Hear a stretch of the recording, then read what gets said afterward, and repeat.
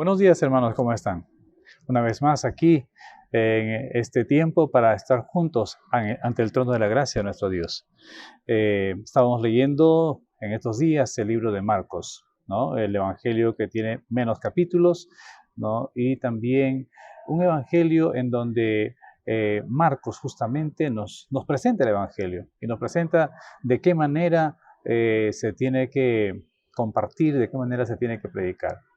Él no entra en muchos detalles, es como que presentara de frente el Evangelio a aquellas personas que no lo conocen, ¿no? Y sobre todo presentarla con una predicación, con una autoridad y con el poder que solamente podemos nosotros ver y conocer en la vida de Jesús y también hasta lo que vimos en la vida de Juan el Bautista, ¿no? Pero hoy día vamos a leer desde el versículo 21, ¿sí? En adelante para continuar con nuestro estudio en esta mañana. ¿Le parece si oramos? Vamos a orar, pedir que nuestro Dios nos bendiga. Padre Santo, gracias te damos, Señor, esta mañana por tu amor y tu bondad. Gracias porque nos permites, oh Señor, una vez más estar aquí ante el trono de tu gracia. Te rogamos, por favor, que nos bendigas, Padre Santo. Guarda nuestras vidas, Señor, motiva nuestros corazones y háblanos con tu palabra. Te pedimos en el nombre de Jesús. Amén. Amén. En el verso 21 en adelante dice, y entraron en Capernaum, y los días de reposo entrando en la sinagoga enseñaba, y se admiraban de su doctrina, porque les enseñaba como quien tiene autoridad y no como los escribas. Pero había en la sinagoga de ellos un hombre con espíritu inmundo, que dio voces, diciendo, ¿qué tienes con nosotros, Jesús Nazareno? ¿Has venido para destruirnos? Sé quién eres, el Santo de Dios. Pero Jesús le reprendió diciendo, cállate y sal de él. Y el espíritu inmundo, sacudiéndole con violencia y clamando a gran voz, salió de él. Y todos se asombraron de tal manera que discutían entre sí diciendo, ¿qué es esto? ¿Qué nueva doctrina es esta que con autoridad manda aún a los espíritus inmundos y le obedecen? Y muy pronto se difundió su fama por toda la provincia alrededor de Galilea. Esta primera parte de la lectura, y ya cuando después justamente Juan el Bautista predica después del bautismo de Jesús, después de la tentación de Jesús, y llama a sus discípulos, a 4 de ellos, a los 4 primeros, ¿no? Pareciera que Marcos se trata de obviar otras actividades más y otros eventos más para ya llegar de frente a la sinagoga, y en la sinagoga hacer lo que hizo, ¿no? Primeramente, vemos a Jesús que tenía la costumbre de ir a la sinagoga, porque dice, entrando en los días de reposo a la sinagoga enseñaba, ¿no? O sea, los días de reposo, o sea, cuántos días de reposo, cuántos fines de semana había estado con ellos, pero los días de reposo era la costumbre de él entrar a la sinagoga para poder aprender, leer y también, en este caso, para enseñar, ¿no? Para enseñar. Y hay algo que nosotros tenemos que tener en cuenta. Cuando él empieza a hablar, dice que la gente se admiraba de su doctrina porque les enseñaba como quien tiene autoridad. La autoridad que había recibido Jesús, o que la autoridad que se le había delegado a Jesús, era la que había sido impuesta por el Espíritu Santo.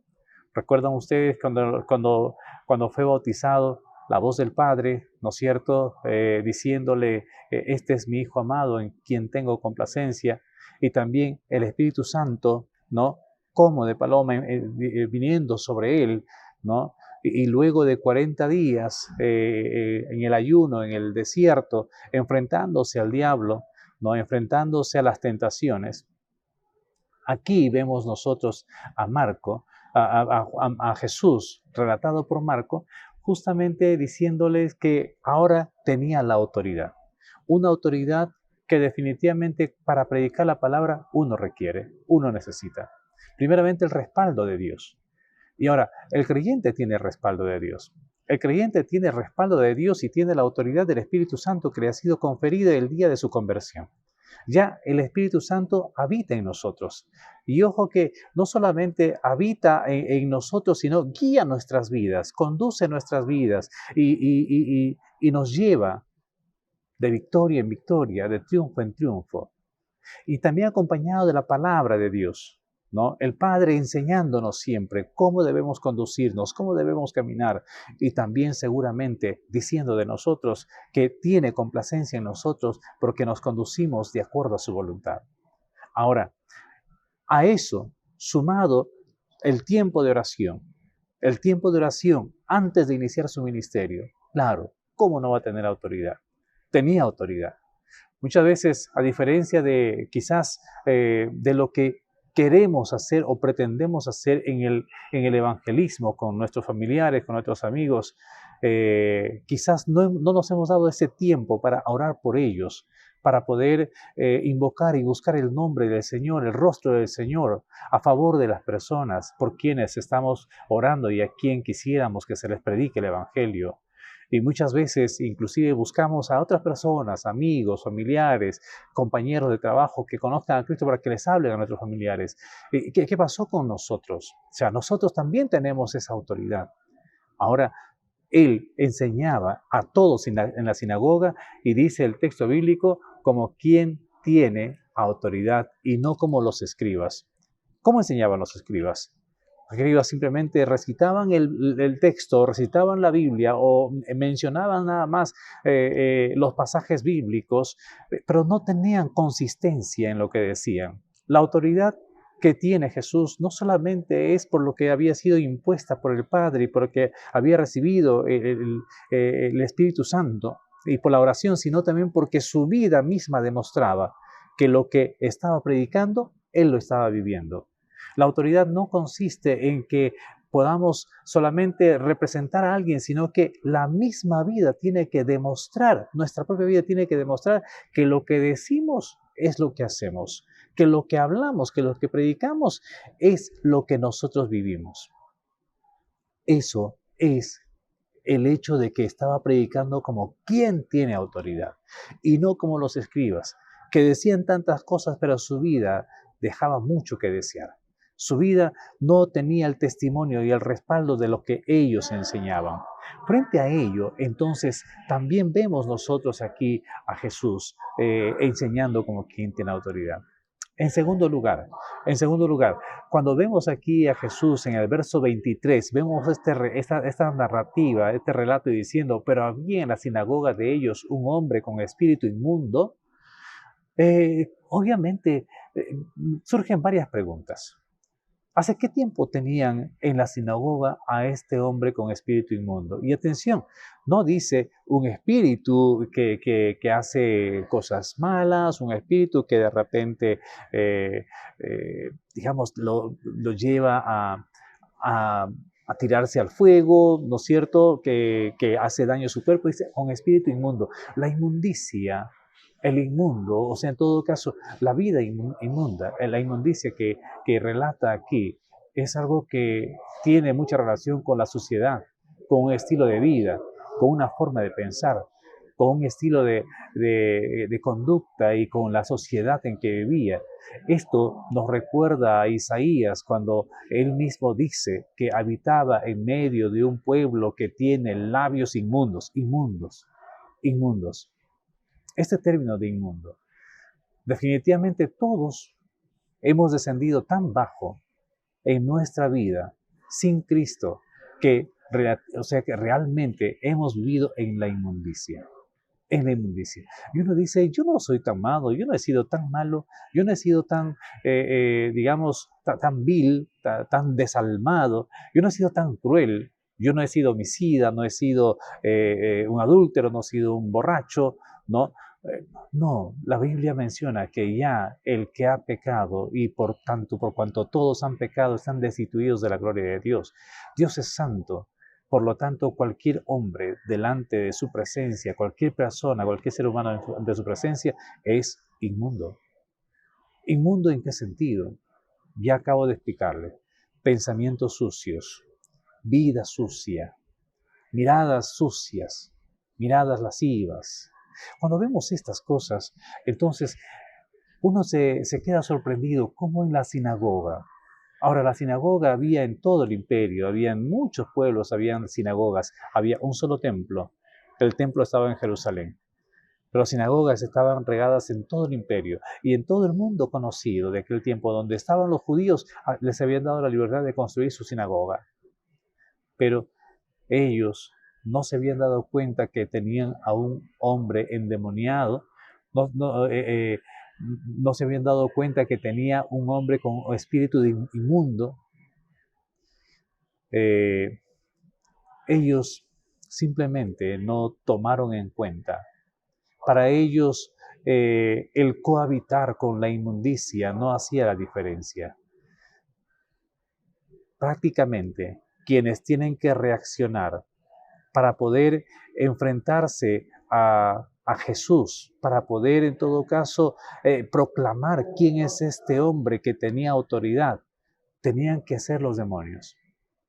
O sea, la misma gente no se estaba dando cuenta que tenían ahí al Hijo de Dios. Pero mira lo que dicen los demonios. Dice ahí en el verso 24, ¿no? Desde el 23 y 24. Pero había en la sinagoga de ellos un hombre con espíritu inmundo que dio voces diciendo: ¿qué tienes con nosotros, Jesús Nazareno? ¿Has venido para destruirnos? Sé quién eres, el Santo de Dios. Interesante que Marcos nos presenta directamente que los que conocían a Jesús eran los demonios. Y como que la gente no se estaba dando cuenta de quién estaba aquí. Era el Santo de Dios. Lo proclaman ellos. Esto es el cumplimiento de lo que la misma Biblia dice, que toda rodilla se va a doblar ante su presencia, de los que están arriba en los cielos, de los que están también debajo de la tierra. Todos se van a doblar ante su presencia, todos le van a rendir adoración y al final, y en todo caso, siempre Dios usa a todas las personas, a todos los seres creados para su obra, para su gloria, para su servicio. Esto nos tiene que dar a entender entonces algunas cosas más que nosotros tenemos que pensar con bastante puntualidad. Dice aquí, diciendo: ¿qué tienes con nosotros, Jesús Nazareno? ¿Has venido para destruirnos? Ellos se sentían que ya su tiempo se había terminado. ¿Recuerdan lo que hablamos ayer? El tiempo se ha acercado. El tiempo es hoy. Ellos también, entonces, sí, ayer estábamos comentando acerca de lo que es el tiempo de los hombres, el tiempo de espera. Para ellos ya se había cumplido, era el tiempo adecuado. El tiempo de Dios, era el tiempo también que Dios había determinado. Y ahora también los demonios dicen: has venido ahora a destruirnos. Y dice aquí: sé quién eres, el Santo de Israel. O sea, se dan cuenta que también su tiempo había terminado. El tiempo donde ellos gobernaban con tanta libertad, donde ellos llevaban a los hombres a la inmundicia, había terminado. Aunque es cierto, todavía siguen en operación las actividades inmundas de estos demonios, del diablo, de Satanás, del enemigo de nuestras almas, pero también es cierto que ya fue destruido y llegó el tiempo de la destrucción del enemigo de nuestras almas. Y entonces, todo aquí empieza a mostrársenos con claridad lo que Marcos está hablando aquí. Él está queriendo, como les dije hace un momento, él está queriendo con mucha impulsividad, de una forma muy agresiva, está predicando el Evangelio, está enseñando el Evangelio y está diciéndoles a los que le van a leer, exactamente a los romanos: este es Dios. Este es Dios que ha venido a destruir la inmundicia del hombre, la inmundicia en donde el hombre está metido, no a voluntad de él, sino a voluntad del diablo, a voluntad de Satanás. Entonces, cuando leemos esa parte, podemos darnos cuenta que era él mismo, que era Dios, que estaba siendo reconocido inclusive por los demonios. El verso 25 dice: pero Jesús le reprendió diciendo: cállate y sal de él. Empieza aquí el cumplimiento de lo que el profeta había dicho, ¿no? Que enviará a su ungido y entonces él anunciará justamente libertad a los cautivos, sacará de la cárcel a sus presos, ¿no? Y predicará el año agradable del Señor. Esto está cumpliéndose aquí en este primer evento que está en la descripción de Marcos. Marcos está planteando casi de primera mano, o sea que no quiere demorar más su mensaje y dice, este es el cumplimiento de lo que dijo el profeta. Y entonces ahí menciona que el espíritu inmundo, el verso 26, sacudiéndole con violencia y clamando a gran voz salió de él. Claro, primeramente quería dañar, quería lastimar, quería herir a quien había poseído. ¿Saben una cosa? El diablo vino para hurtar, para matar y para destruir. Es lo que dice la Biblia, ¿no es cierto? Pero si el diablo vino para hurtar, para matar y destruir, Jesús vino para que tengamos vida y vida en abundancia. Y Jesús vino justamente a liberar a los cautivos, a dar libertad a los cautivos y a dar vista a los ciegos y a sanar a los quebrantados de corazón. Esto lo encontramos nosotros a lo largo del Evangelio, haciendo este trabajo, lo encontramos haciendo esto, ¿no? Pero Jesús estaba allí justamente y los demonios se fueron corriendo. Ahora, las tinieblas definitivamente se van a ahuyentar cuando aparece la luz. La Biblia dice que la luz vino al mundo y los hombres amaron más las tinieblas que la luz. Ahora la luz está viniendo a la vida de este hombre que vive en tinieblas, que vive en oscuridad. Y entonces las tinieblas se ahuyentan y se van, se escapan. Y este hombre queda en libertad. Queda libre de aquella opresión de inmundicia que tenía en su corazón, que tenía en su mente, que tenía en sus ojos, que tenía en sus labios. Y dice aquí en el verso 27, y todos se asombraron, de tal manera que discutían entre sí diciendo, lo que a Marcos le llama la atención es que, ¿por qué se asombran todos? O sea, ¿por qué tienen que discutir entre ellos diciendo, ¿no? ¿Qué es esto? ¿Qué acabamos de ver? Nunca antes se ha hecho estas cosas. Es posible que también ese tipo de reacción tengan muchas personas que te conocen, tengan muchas personas que nos conocen. ¿Por qué? Porque este tipo de reacción es cuando las personas cambian completamente su estilo de vida, su forma de vivir, su forma de pensar, su forma de hablar. Y aquí están sorprendidos, no solamente porque se había echado fuera un espíritu inmundo, sino porque se había dejado libre y sano en su completa y cabal libertad al oprimido. Porque dice ahí, todos se asombraron de tal manera que discutían entre sí diciendo, ¿qué es esto? ¿Qué nueva doctrina es esta que con autoridad manda a los espíritus inmundos y lo obedecen? Y pronto se difundió su fama por toda la provincia y alrededor de Galilea. Ahora, ellos no se rindieron a Jesús. Prácticamente el pueblo, los miembros de la sinagoga simplemente se quedaron discutiendo. El único que había sido beneficiado, el único que había sido libertado, el único que había sido puesto en libertad, solamente él había disfrutado del poder de Dios, del poder maravilloso de Dios. Y ahora él se había encargado de hacer difundir todo esto, todo lo que había pasado por toda la provincia alrededor de Galilea. Los demás solamente miraban por curiosidad y seguían por curiosidad a Jesús, para solamente ser espectadores y de repente el público eufórico de ver tantas cosas y tantas maravillas que hacía Jesús. No solamente pasa eso aquí, ya vemos en el verso 29 cómo empieza también el Evangelio a seguir avanzando. El Evangelio trae libertad. El Evangelio también trae salud, también trae sanidad. Mira lo que dice el verso 29. Al salir de la sinagoga, vinieron a casa de Simón y Andrés, con Jacobo y Juan. Y la suegra de Simón estaba acostada con fiebre, y enseguida le hablaron de ella. Y entonces él se acercó y la tomó de la mano, y la levantó, inmediatamente le dejó la fiebre, y ella les servía. Marcos hace una observación importante aquí.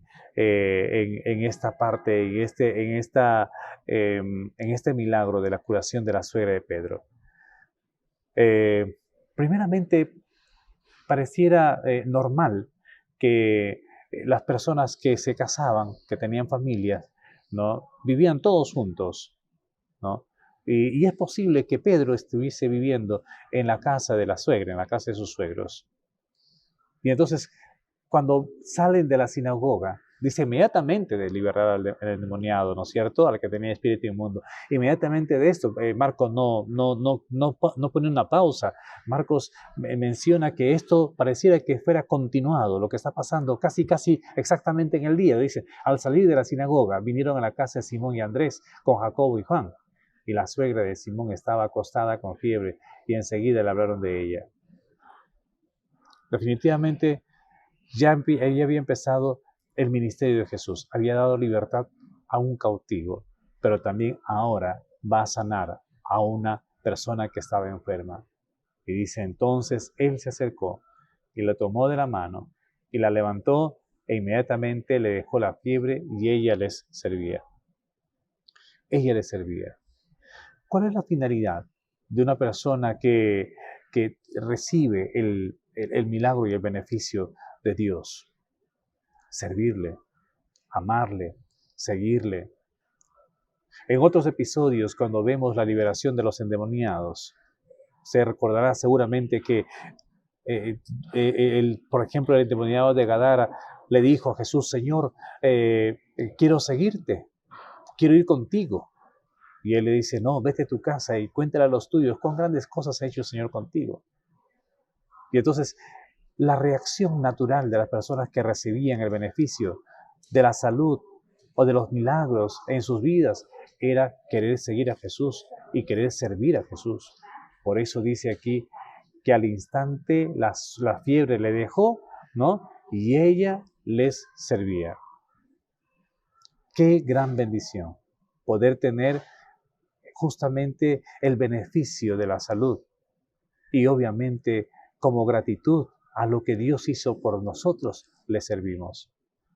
Este tiempo de pandemia, este tiempo de enfermedad, de momentos difíciles que pasan las familias, hay muchos casos como estos.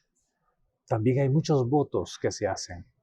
Hay muchas personas que vuelven sus ojos a Dios. Hay mucha gente que se ha acercado a Dios en medio de lágrimas, en medio de dolor, de tristeza.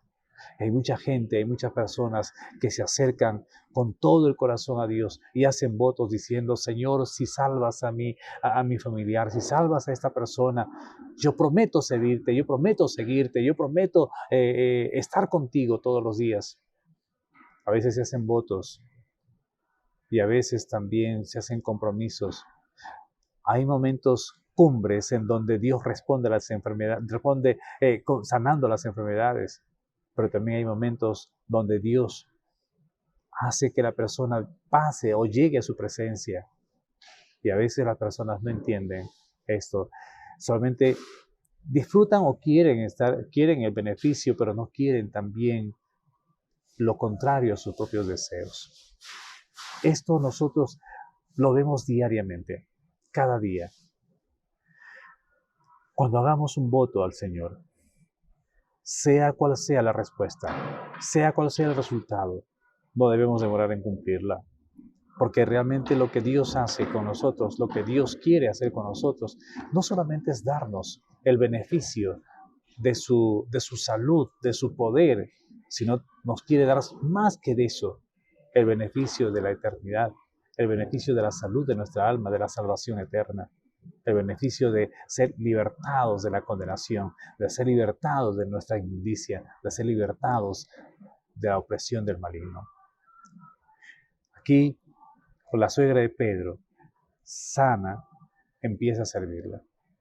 Esto es natural en todas las personas.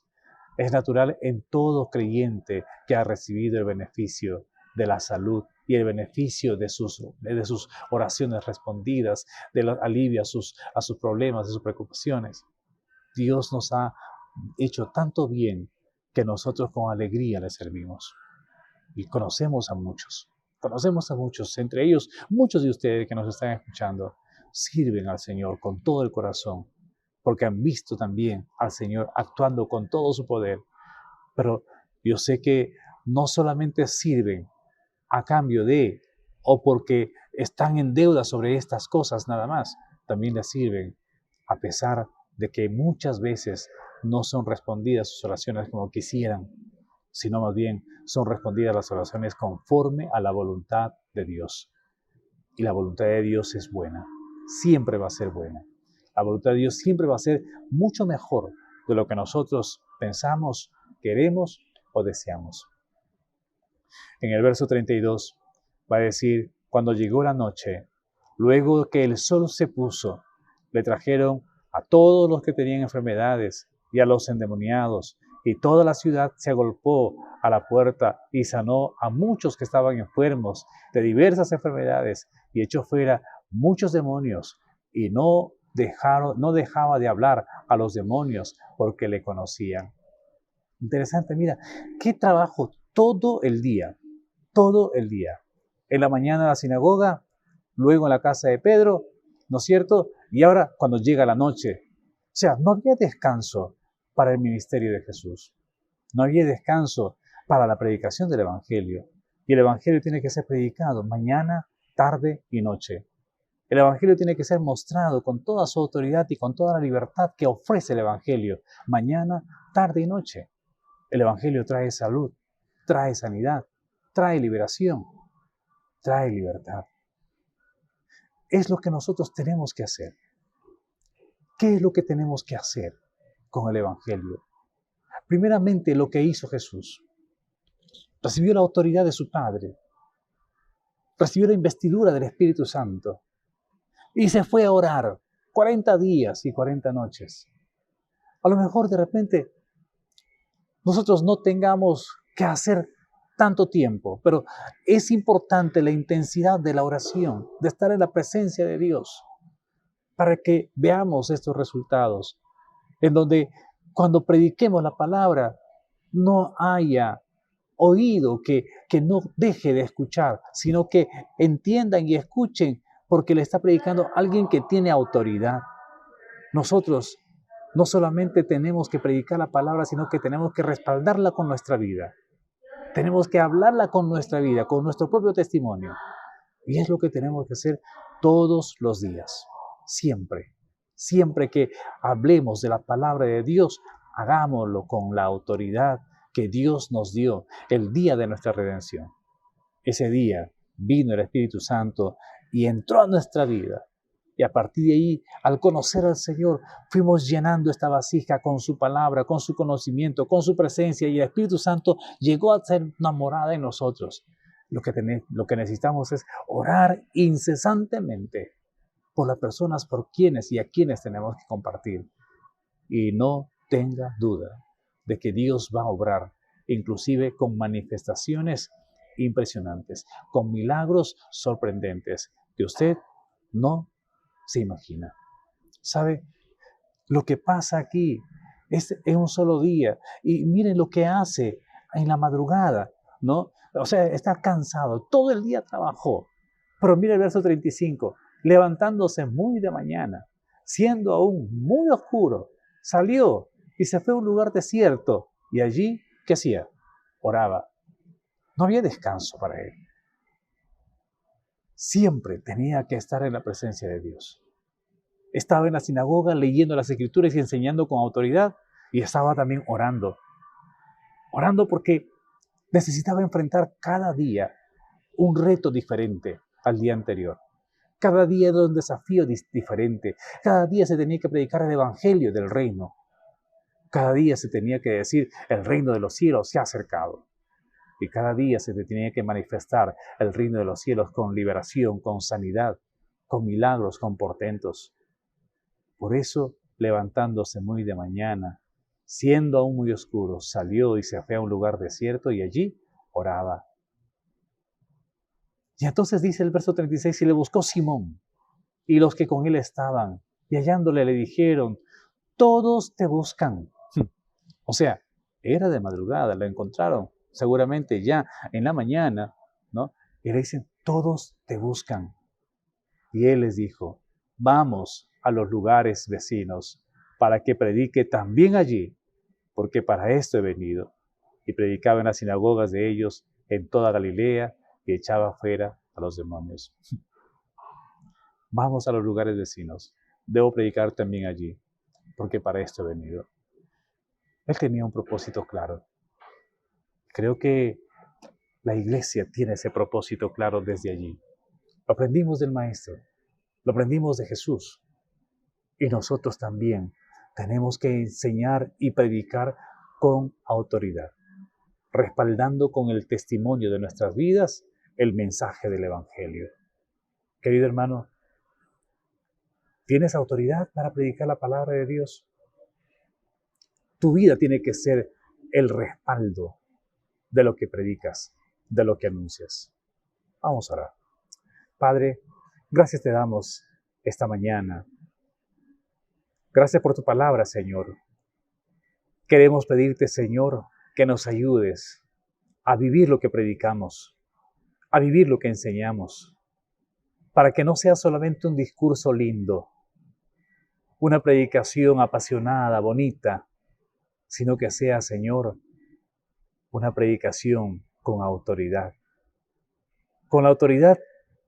de que hemos sido investidos por ti, con la autoridad que tú nos has conferido al darnos tu Espíritu Santo, con la autoridad que tenemos porque te buscamos. Ayúdanos, Dios. Y así como Marcos presenta, Señor, con tanta efusividad el Evangelio del Reino a los romanos aquí en su Evangelio, Padre Santo, permítenos también a nosotros hacerlo con ese mismo dinamismo, con esa misma entrega, pero ayúdanos a vivir como tú quieres. Gracias te damos, Dios, en el nombre de Jesús. Amén. Amén. Bien, queridos hermanos, en estos momentos está apareciendo un enlace en el Zoom, en el Facebook, en el YouTube, para que usted pueda acompañarnos un momento en este tiempo de oración. Esperamos, venga con nosotros para orar juntos y buscar el rostro de nuestro Dios. Que Dios los bendiga. Nos vemos mañana.